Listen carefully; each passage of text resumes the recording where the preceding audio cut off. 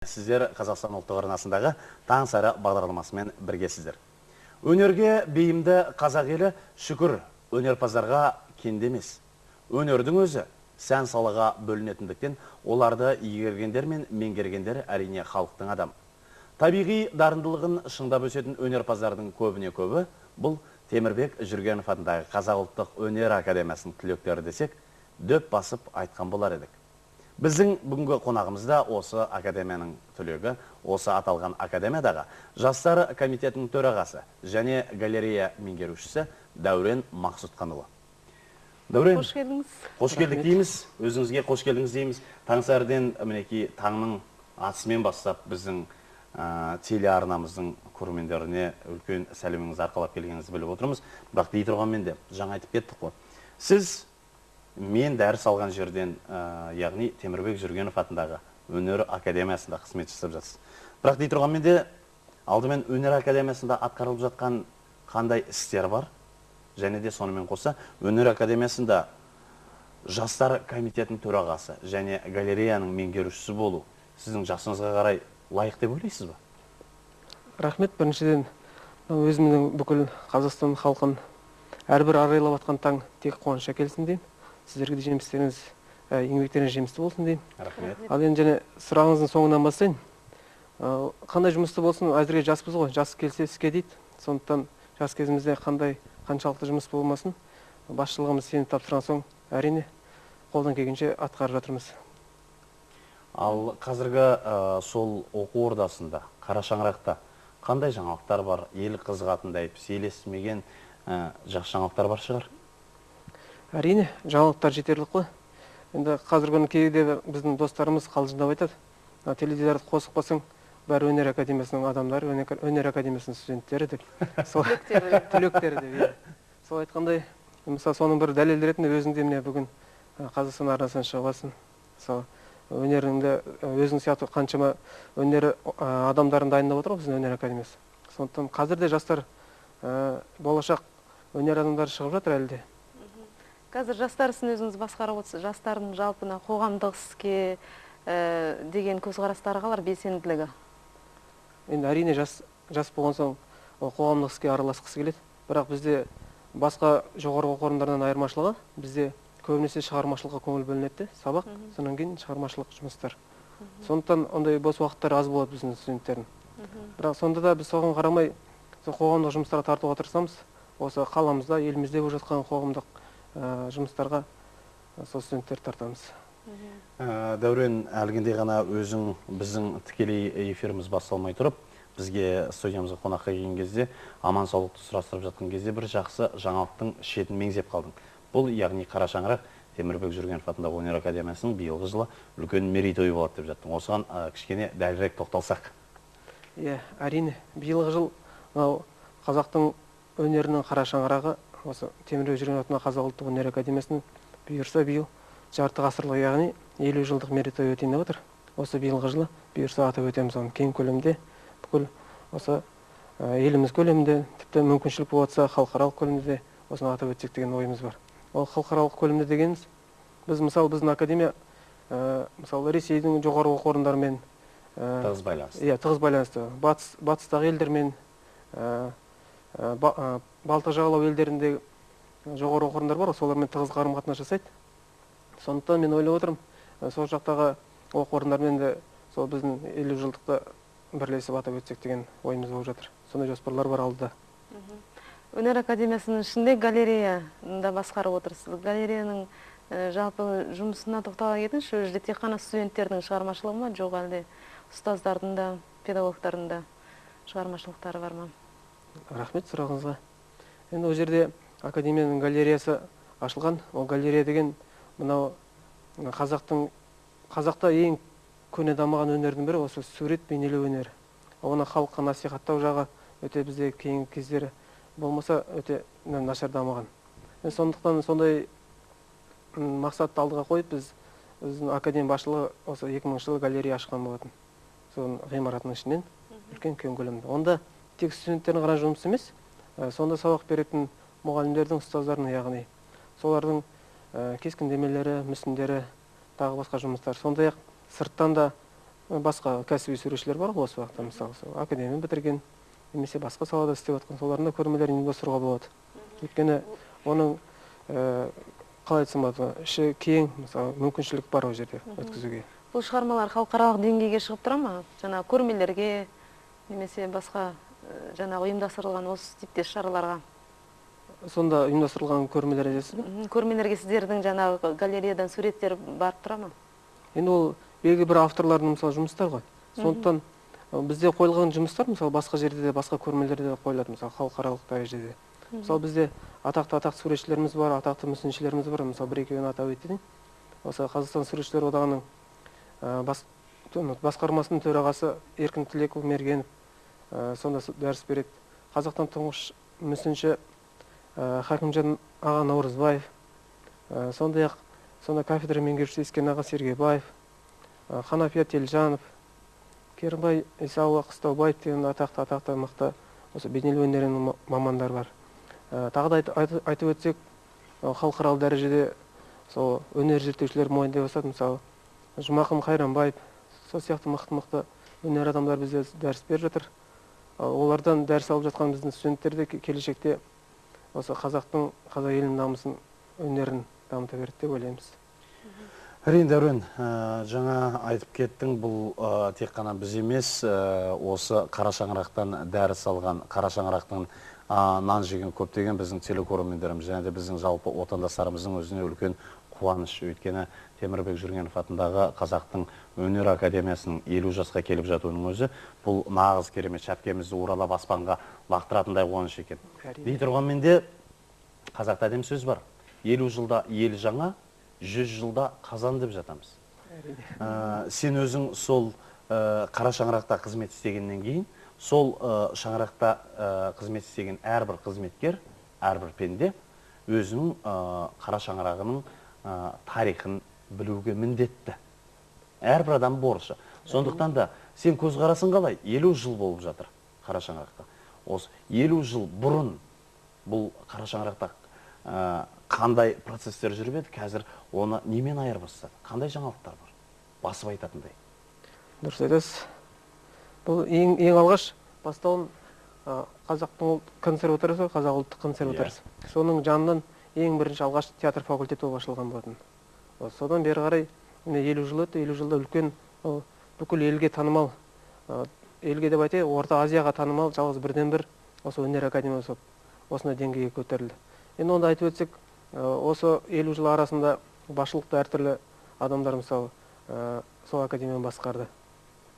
Сондай-ақ атақты театр әртістері, эстрада әртістері, жалпы өнер адамдары жетіліп шықты. Оның ішінде мысалы айтып өтейік, Асан Әләшін, Кәукен аға Кенжетаев, Нағима Есқалиева, Яғни Қазақстанның бетке ұстар мақтаныштарының барлығы өнер саласын жүрген осы академияның түлегі. Әрине. Олай болса, қымбатты телекөрермендер, шынымен де кім біледі? Темірбек Жүргенов атындағы өнер академиясы деп біз нұсқаған кезде бірақ қана сөзбен ой түйіндеуіміз мүмкін. Бірақ та осы түйіннің ішінде астарында қанша мән мағына жатқанын сіздер қазіргі Дәурен бауырымыздың кішкентай ғана сыр сұхбатының өзінен байқаған боларсыздар. Дәурен, сөзің аузыңда. Біз қазір бірнеше минут кезектерді жаңалықтар арнасына берсек, содан кейін әңгіме дүкеніміз одан әрі қарай сабақтайтын боламыз. Сонымен қымбатты телекөрермендер, біз кезекті жаңалықтар арнасына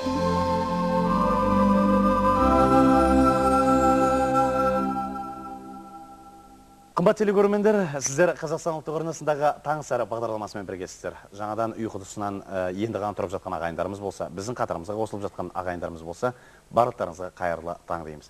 Бүгін күні қайырлы таң дей отырып, таң сары бағдарламасының құрметті қонағы. Қазақстанға аты мәшһүр Темірбек Жүргенов атындағы Қазақтың өнер академиясында қызмет істейтін, және де осы академияда жастар комитетінің төрағасы, галерея меңгерушісі Дәурен Мақсұтханұлы есімді бауырымыз біздің құрметті қонағымыз. Дәурен, жаңа болған, бірінші минут болған сұрағымыз онарға өріп түсек. Биыл Құдайға шүкір, мінекей қыстың аяғы болып қалды, көктем келеді. Көктем келгеннен кейін оқушылар міндетті түрде 11-ші класста сыныпты бітірген оқушылар міндетті түрде сан салаға кетеді. Сол өнер академиясының қандай маңдай алды жақсы бөлімдері бар, факультеттері, және ол бөлімдерде кімдерден дәріс алуға болады? Кім бізде қызмет істейді? Өте әрине жақсы сұрақ, қызықты сұрақ. Ең біріншіден айтып өтейік. Осына біздің қазақтың ең бірінші біздің ұлттық өнер академиясы деп аталған соң, біз сияқты мысалы өнерге баулитын, өнер мамандарын дайындайтын бізде бірнеше Қазақстанда тағы да басқа оқу орындары бар, мысалы. Жанама факультеттері бар. Ал бізде негізінен тек қана сол өнерге, шын өнерге берілген бізде адамдар, мықты ұстаздар қызмет ететіндіктен, дәріс беретіндіктен, бізде бірнеше факультеттер бар, мысалы. Театр факультеті, кино факультеті. Театр факультетін айтып өтетін мысалы, театр және эстрада факультеті. Онда Аман аға Құлбаев, Кәукен Кенжетаев, Нағима Исқалиева, Лаки Кисоглу, әлемге танымал атақты әншіміз. Сондай-ақ жаңа кино факультетін айтып өтсек, онда да біздің мықты адамдарымыз бар. Мысалы, Әнуар Дауылбаев, Сауық Жақанова, мысалы, айта берсек көп. Сонымен қатар бейнелеу өнер, оның ішінде жаңа басында сөзімді айтып өттім. Атақты біздің мүсіншілер бар, елге танымал, әлемге танымал өздерін танытып жүрген. Сондай-ақ кескіндеме саласында майталмандар бар. Сонымен қатар соңғы кездер жаңадан дамып жатқан өнер деп айтамыз ғой, дизайн.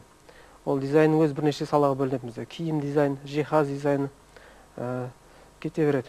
Кітап графикасы, мысалы, суретшілер алғанда көбінесе бізде кенжелеу қалған түрік, сол бейнелеу өнерінің өзінің ішінде кітап графикасы. Оны бізде осы былтырғы жылдан бастап бізде график суретшілер дайындайтын мамандық ашылды жаңадан.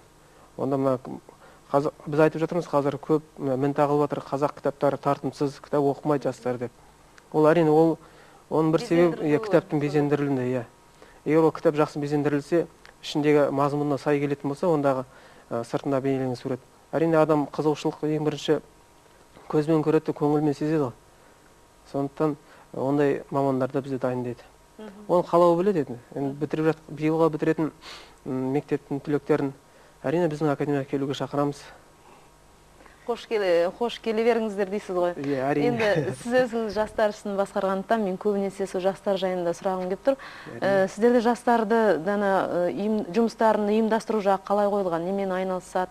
Өйткені қазіргі кезде мысалы әртүрлі жаман істерге еріп кететін көбінесе жастар ғой. Сондықтан олардың күнделікті жаңағы тірлігін, жүріс-тұрысын бәрін жақсылап ұйымдастыру керек сияқты. Осы жөнінде не айтасыз?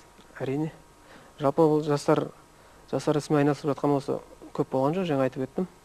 Ал негізінен бұл жастар біздің академияда енді оқу сатысы бізде ерекше дедім ғой, оқу саласы.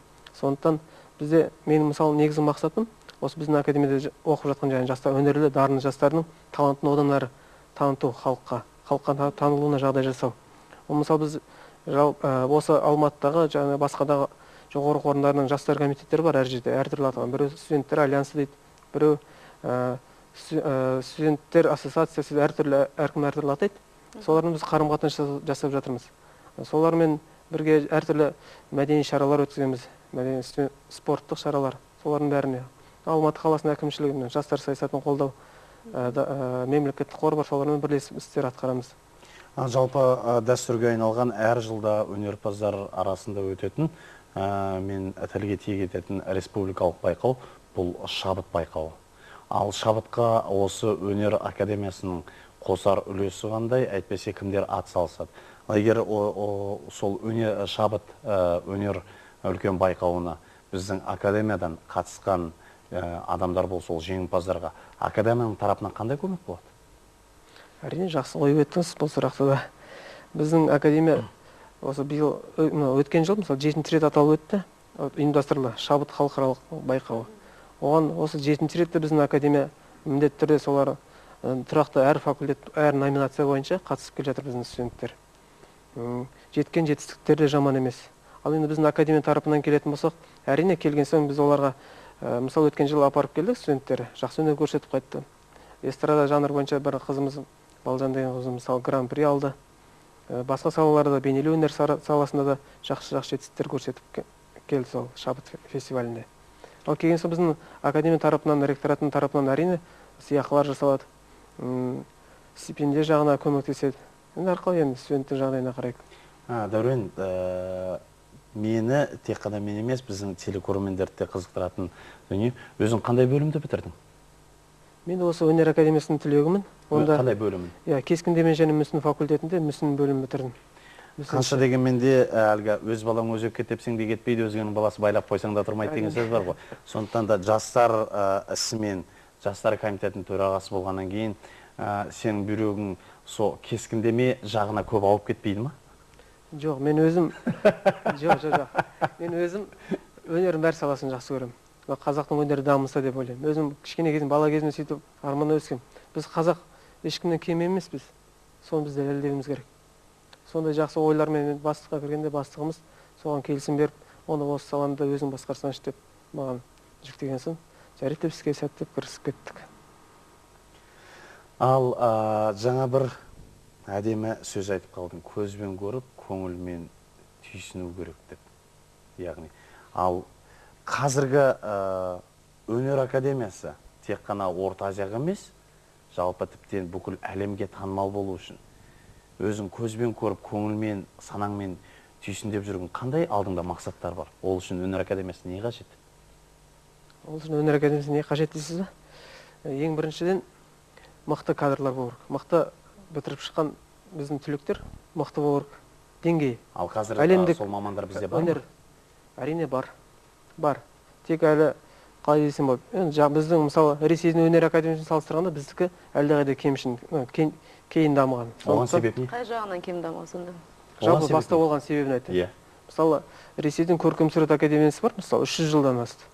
Ал біздікіне бар жоқ енді жарты ғасыр ғана. Осы салыстырып көруге де болады. Бірақ сондай аз уақыттың ішінде біздің қазақтың өнері әлемді мойындата алды әр салада. Әр салада деп айтсақ болады. Қымбатты телекөрермендер, шынымен де асыл тастан өнер жастан шығады деген бұл тағы да біздің бабаларымыздың тастап кеткен жақсы нақыл сөздерінің бірі. Олай болса, бүгінгі күні Таңсары бағдарламасының құрметті қонағы Темірбек Жүргенов атындағы Қазақтың ұлттық өнер академиясында қызмет істейтін біздің бауырымыз, жастар комитетінің төрағасы және галерея меңгерушісі бұл Дәурен Мақсұтханұлы болды. Дәурен, бүгінгі күні азанмен келіп, біздің студиямыздың құрметті қонағы болып, бізді тамашалап отырған қаншама жастарымызға ой, пікір, яғни салып, көкірек көздерін ашқанға мыңда бір рахмет. Біз әрине қуанамыз, шынымен де бұл қазіргі нағыз керемет жұмыс, Қазақстанның болашағы бұл жастардың қолында. Өзің сияқты жас бауырларымыз, замандастарымыз, әріптестеріміз көбейе берсін. Жүрген жолында тек қана қанатың талмасын. Көз көргендердің барлығына Қазақстан ұлттық арнасынан үлкен сәлемімізді жолдарсың. Көптен көп рахмет. Сау сәлеметте бол. Рахмет. Сіздерге де рахмет. Біздің осы жаңадан ашылған сіздердің бағдарламаларыңызға Таңсары атына заты сай болсын. Әрқашан әрбір қазақ осы Таңсарымен бірге оянып, таңғы астарын бірге ішсін. Рахмет. Жұмыстарыңыз табысты болсын. Көптен көп рахмет. Сау сәлеметте болыңыз.